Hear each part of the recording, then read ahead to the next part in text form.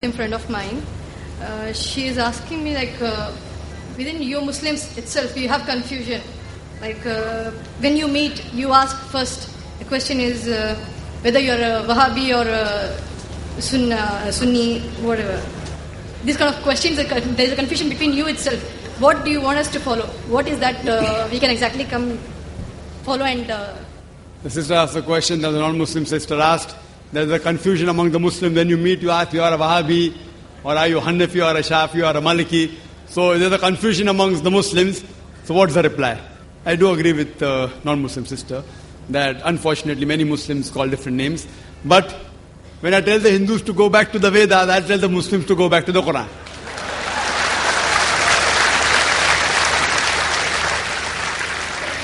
Allah says in the Quran, in Surah Al-Imran, chapter number 3, verse number 103, Allah says, وَاعْتَصِمُوا بِحَبْلِ اللَّهِ جَمِيعًا وَلَا تَفَرَّقُوا. Hold to the rope of Allah strongly and be not divided. We have to hold to the rope of Allah. The rope of Allah is the glorious Quran and the authentic Hadith. Allah says in the Quran, in Surah Anam, chapter number 6, verse number 159, that anyone who makes division in the religion of Islam, O Prophet, you have nothing to do with him. Making sects, making division in Islam is prohibited. It is haram. But when we ask the Muslims, what are you? Some say I'm a Hanafi, some say I'm a Shafi, some say I'm Hanbali, some say I'm a Salafi. What was the Prophet? Was the Prophet Hanafi? Was he Shafi? Was he Hanbali? Was he Malaki? What was he? He was a Muslim. Allah says in the Quran, in Surah Al-Imran, chapter number 3, verse number 52, Isa alayhi salam, Jesus Christ, peace be upon him, he was a Muslim. Allah says in the Quran, in Surah Al-Imran, chapter 3, verse 67, that Abraham, peace be upon him, he was a Muslim.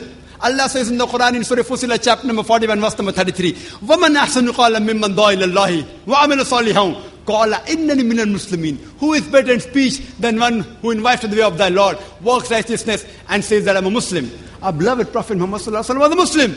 Allah has told us to call ourselves Muslim. There cannot be a better label than Muslim. See, all these four great Imams, Imam Abu Hanifa, Imam Shafi, Imam Ahmad ibn Hanbal, Imam Malik, may Allah be pleased with them all. They were great scholars. I love them. I respect them all. They were great scholars. But all these great scholars said, all these four Imams said, that if you find any of my fatwa which goes against Allah and His Rasul, then you throw my fatwa on the wall.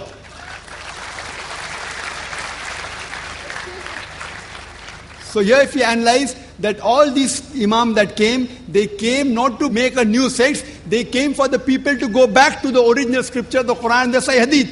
So what we have to realize, that I know there are people who say that it is in the Hadith in which the Prophet said there will be 73 sects. It's Hadith of Tirmidhi, it's a Sahih Hadith, Hadith number 171. The Prophet said there will be 73 sects. Prophet didn't say you should make. Prophet knew that even though Allah says don't make, you're bound to make. So the best is to go back to Allah and His Rasul. And the best label you can have is call yourself a Muslim. Any scholar, let it be anyone in the world, let him be the biggest scholar of the world. You ask him for proof. Qul hatu burhanakum. Produce your proof if you are truthful.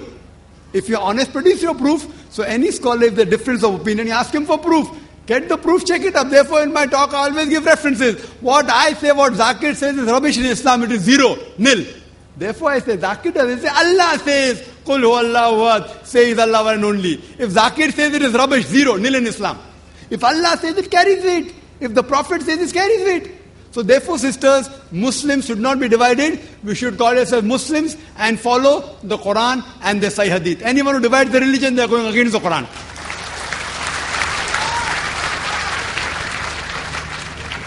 Yes, brother. Can you pose a question? Dr. Mahadevan, practicing medical practitioner. Day before yesterday, I attended Mr. Abdur Rahim Green's lecture.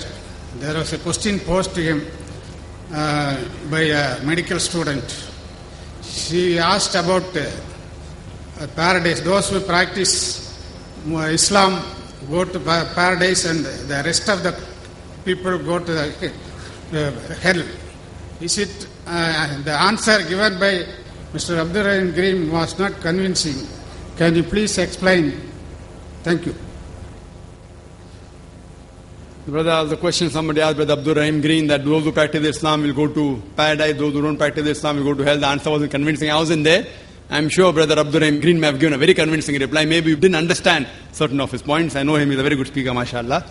But regarding the reply that will Muslim go to Jannah and non-Muslim go to hell, brother, the requirement go to Jannah is given in Surah Al-Asr, chapter number 103, verse number 1 to 3. It says, "Wal as inna insana fi khusr illa allazina amanu wa amilu salihati wa tawasaw bil haqqi wa tawasaw bis sabr." By the token of time, man is very in a state of loss, except those who have faith, those who have righteous deed, those who exhort people to truth, that is to dawah, and those who exhort people to patience and perseverance. The requirement for any human being to go to Jannah is 4 things. Iman, faith, what I discussed, pillars of Iman, righteous deed, exhorting people to truth, and exhorting people to patience and perseverance. If any one of these 4 is missing, under normal circumstances, you shall not go to Jannah. Only by calling yourself Abdullah, Muhammad, Sultan, Zakir will not take you to Jannah. Just by saying I am a Muslim, you will not go to Jannah. I said in my talk, Allah says in Surah Ankabut, chapter 29, verse number 2, just by saying you believe, just by saying I am a Mu'min, I am a Muslim, do you think you will go to Jannah? Allah will surely test you. So just by saying I am a Muslim, you will not go to Jannah. A person who practices Islam, Islam comes from the root word salam, which means peace. It also means submitting a will to God. A person who submits his will to God is called a Muslim. So a person who follows the religion or submitting his will to Almighty God is a Muslim. So anyone who submits his will to Almighty God, whatever his name may be, he will go to Jannah. So criteria to go to Jannah is having Iman. In all the pillars I mentioned, Almighty God is there. You have messengers, about the hereafter, about his books, etc. Doing righteous deed and submitting a will to Almighty God. If you submit your will to Almighty God, in Arabic it is called as religion of Islam. But it doesn't mean that if you live in Pakistan or live in Saudi Arabia, you go to Jannah. No. All the people in Saudi Arabia, all in Pakistan, Allah alone knows whether they go to Jannah or not. The person who go to paradise, brother, is one who obeys the commandment of Almighty God. The person who obeys the commandment of Almighty God, and I discussed many in my talk, if you obey these commandments of Almighty God, just by name, calling yourself Muslim or Muhammad or Abdullah, that will not take you to Jannah. It is not compulsory to change your name. The name, Green, is not a Muslim name. So that doesn't mean you won't go to Jannah. We prayed to him that may the brother, inshallah, go, he has reverted. He was a Christian. So the name will not take you to Jannah, your deeds will take you. Believing, your deeds, exhorting people to truth, and exhorting people to patience and perseverance. If your deeds are right, if your Iman is right, and you exhort people to truth and patience and perseverance, inshallah, any human being, he shall go to Jannah. Hope that answers the question. May we have the next question from brother here. Your name and profession. I am Rajaji, first MA, New College. And my views are so controversial to him. So, but it is my duty to put my question. He has said that Krishna has married to 16,000 wives. And why can't a Muslim to marry 4 or 5 wives? This shows that you 2 religions are united in suppressing the human rights. You have said that you may say that women are so attractive, but it's a personal perspective. And if you find so, your views are corrupted and your mind is corrupted. The concept of beauty itself is also changing. Once Cleopatra was beautiful, but it is not so. Now Aishwarya Rai ranks first. And you are also suggested for the original text, but it creates only the fanatics and fundamentalists. When you are convinced to a particular religious ideology, you find no wrong in your crimes. That is the thing which happened in Gujarat, where 2,000 Muslims are murdered in the streets. No God has come, only communists and some Democrats' efforts were there. People are renouncing all the religious values. And for you like persons that it has come to as shock values. Religion is failed and not the people. So please allow the people to free and allow them to join their social movements like communist and Naxalbari movements. That is. The brother, I believe, is a communist. He's asked a very good question.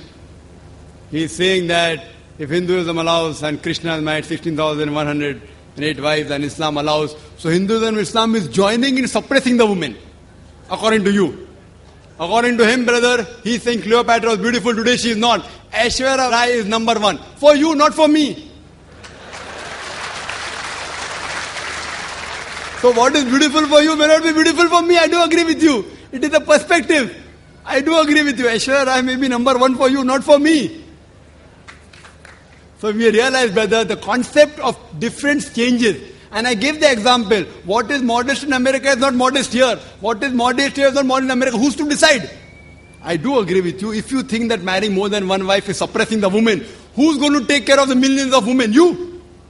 Who will take care? Will your communist movement take care?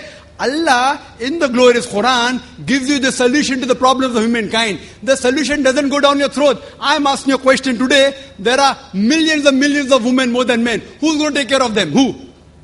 Even if you give them charity every month, that charity will not be sufficient. See, man and woman have been made sexual by nature. Allah says in the Quran, in Surah Rum, chapter number 30, verse 21, He has put love and mercy between their hearts. I am a medical doctor. I am a medical doctor. A woman cannot remain virgin throughout her life. Cannot, it's not possible. What are you going to do? What will happen? They go to prostitution. What will a communism do for them? What is the solution? No solution. Allah gives the solution, our creator. The solution doesn't go down the throat. So the problem is, brother, the solution is that you give a better solution. Can you think of a better solution? In Islam, it's not compulsory to marry more than one wife. It's not compulsory to marry 4. I don't know of a single Indian Muslim who has got 4 wives. I don't know of any. There are other foreigners Muslim who have got. You have to realize, brother, this is the solution. Everyone cannot marry more than one woman. Everyone cannot. But certain men who can do justice between the wife, Allah has given them permission. If they can do justice, what is troubling you? I don't understand. Where are we suppressing them? We are uplifting them. The so-called modernity you're talking about in America, in the name of art and culture, what are they doing? They're degrading the woman. Your talk of women's liberalization is nothing but it is an exploitation of a body, degradation of honor and deprivation of a soul. The Western society claiming to uplift the woman have actually degraded her to a concubine, to a mistresses and society butterflies which are hidden behind the colorful skin of art and culture. In the name of art and culture, Aishwarya Rai. What is that? Modeling. Is it right? So the problem is, brother, you have to put your thinking right is important. We don't want to sell our daughters. We don't want to sell our mothers. If you want, you can do it. And the famous ad, I'm told, which I gave the example last time, of the BMW. Someone told me, very famous ad. You know BMW car?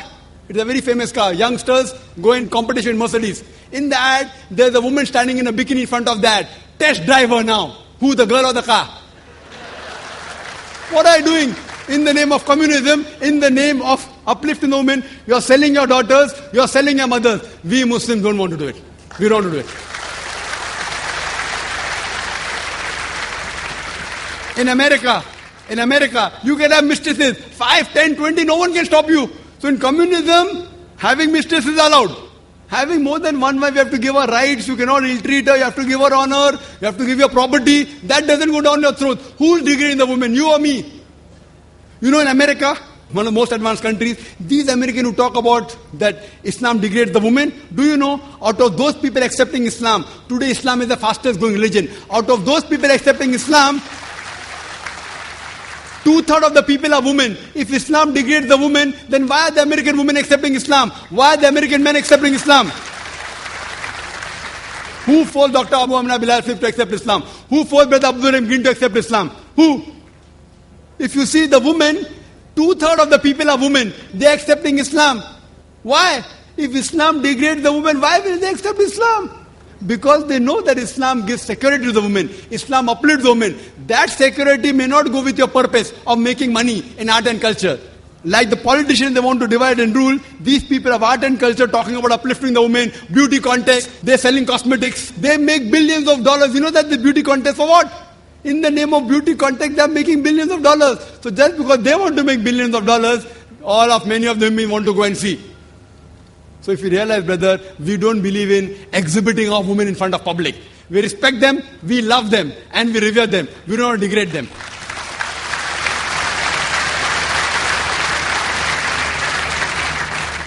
We have a non-Muslim sister. Yeah. The answer that you gave me, your logic and statistics made me think for a while. But I still have a point to be cleared. Probably, at a previous point of time, in those days, men had to go to the battlefield. The only source of income for a family was through men. But now times are changing, and probably in the future, times will still more change, and women might go to the battlefield, and right now women are going for jobs, and probably the mortality rate for women might increase too. At that point of time, is it okay to modify and say that there can be just one wife for a man? After all, religion is for mortal creatures like us and not for God. Sister asked a very good question. At that time in wars, maybe men were dying more, and I agree with her. Now the times of wars have changed. But even today, sister, in the wars, more men are dying. In the Gulf War, more men died. In the Afghanistan War, more men died. In Vietnam War, more men died. But the percentage was much less as compared to the old. I do agree with you. Today, I gave the statistic, more people are dying of cigarette smoking, they are men rather than women. More people dying of alcoholism, more men than women. Accident, more men than women. I do agree with you that now women started going to the battlefield. And in America, when I was there in USA, just a few years back, they started a women section. Women going, and the big section of women joining the military. Do you know the President of America at that time? It was Bill Clinton, I think Bill Clinton. He had to apologize in the parliament. 96 women were raped by the superior. He had to apologize in the parliament. Majority of the women that take part in this battlefield, they are raped by the superior. When you have shoulder to shoulder going to war, what will happen? See, this is statistics. Sister, this is statistics of America. The problem, I do agree with you. Sister, I do agree with your question. Your question are innocent because you don't know the statistics. Do you know the statistics? I do agree women are going for job. In America, do you know, in America, every day, according to the statistics of 1996, US Department of Justice, 2,713 women are being raped every day. Every 32 seconds, one woman is being raped. We are here in this auditorium for the past 3 hours. For the past 3 hours, more than 300 women may have been raped in US till the time I am here. Why?